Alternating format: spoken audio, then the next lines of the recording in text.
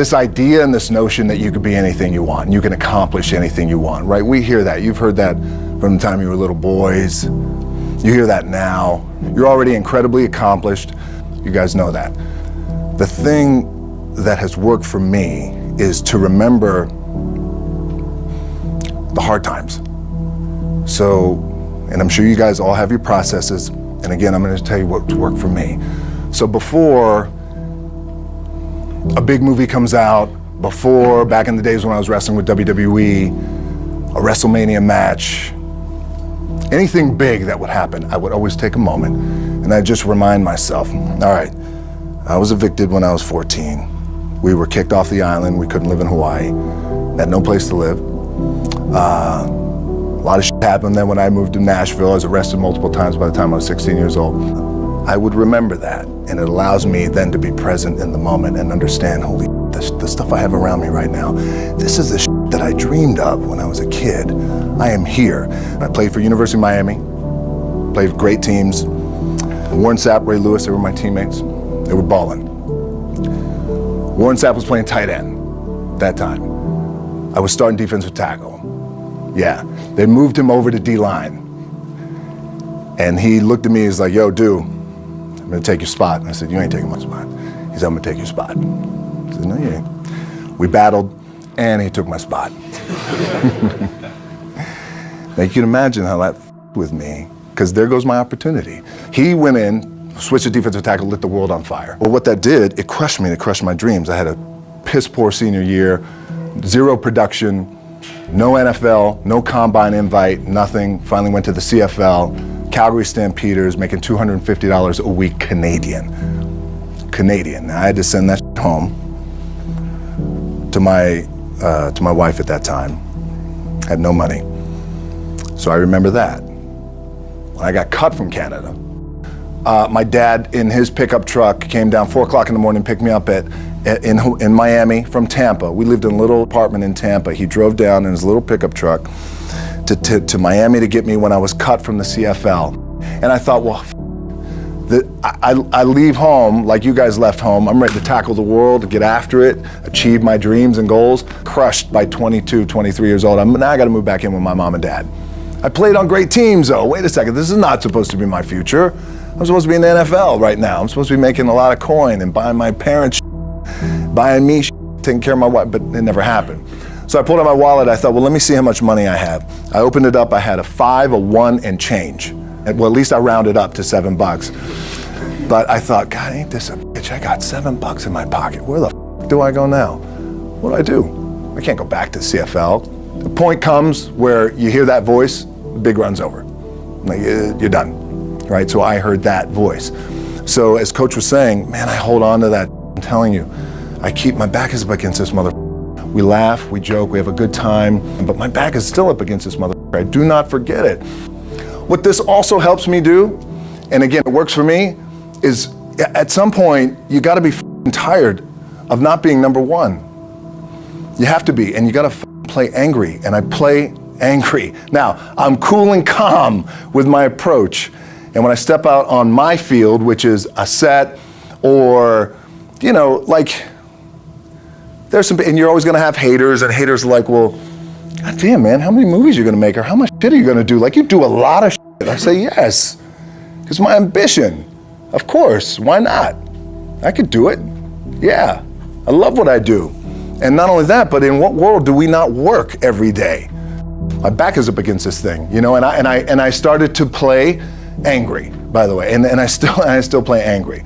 My last match, Brock Lesnar, transitioned, and I realized if I had to be great at something, I wanted to be great in this world of Hollywood and movie making and producing and entertainment, I had to commit, and like you guys have to commit. Obviously, you commit to something, commit to the goal. So I quietly retired. 2 years later, I thought, what did I do with my career? Because my movies were not doing well. I was written off. I was like, it was around 2006, 2007. I was like, I left, I pulled a Jim Brown. I left when I was on top, like number one in the wrestling business, and I left. It was a ballsy, gutsy, some call it stupid move, but I had to commit and I had to follow what was in my gut.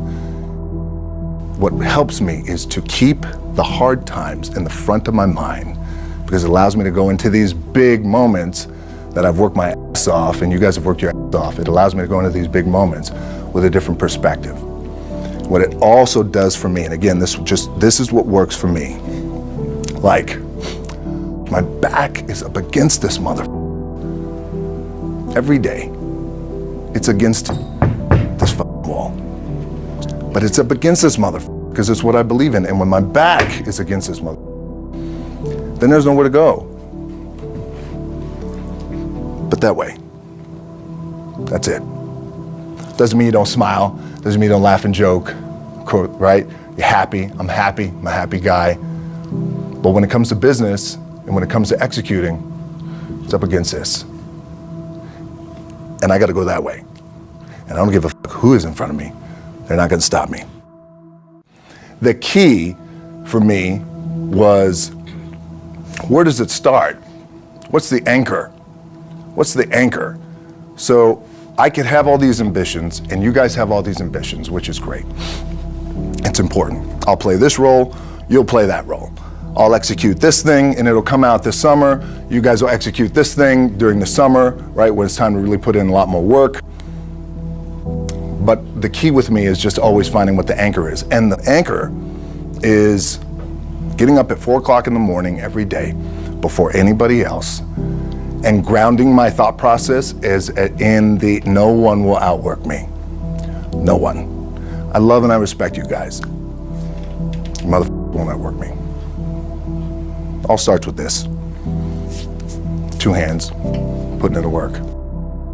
My last match in WWE, I'll share this with you guys too, is that, again, because there's a little bit of takeaway here from all this, is I wrestled John Cena, and I went in, I think it was 2013, I went in WWE champion, and we went in MetLife Stadium.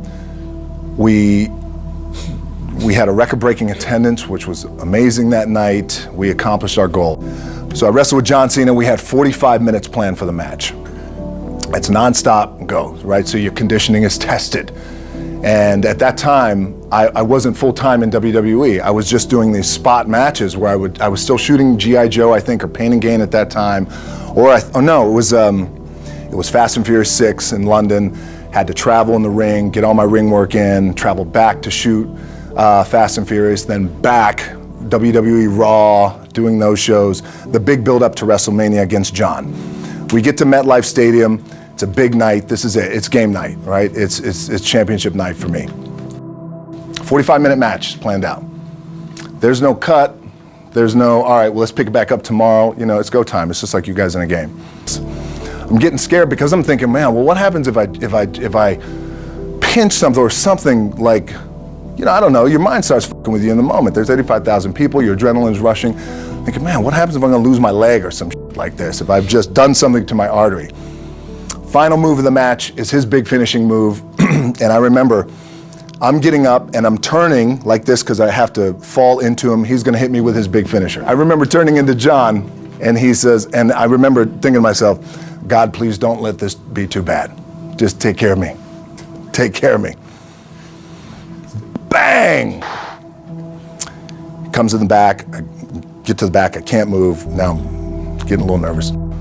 Get on a jet, rushed home to my doctors down in Florida, and get an MRI, find out that I have completely torn my adductor, the top of my adductor and my top of my quad off my pelvis. What I was proud of was to walk out on my own, but not only that, but in this moment where the odds are against you, people are watching, your team's depending on you, you either say, I'm done, or this whatever the is going on, it's temporary, and it may fuck me up at some point down the road, but I'm not gonna let this opportunity go by without giving it my all. As you guys know, there's nothing you can't accomplish. You're gonna go on, you're gonna become world champions. The key for me, what I think one of the keys is, remember where you came from, keep that in the front of your mind, and when goes bad and it goes sideways, a lot of does, you're getting booed out of the building, or you're coming through this injury, or people are writing you off, oh, you guys ain't make it, you know, any of that, you gotta keep it in here. And it really has to It should drive you. It should. It works for me. It should drive you. You get all the talent in the world. It's all here. Really, the two things I want to say are, you got to be the hardest workers in the room, and don't f the opportunity up.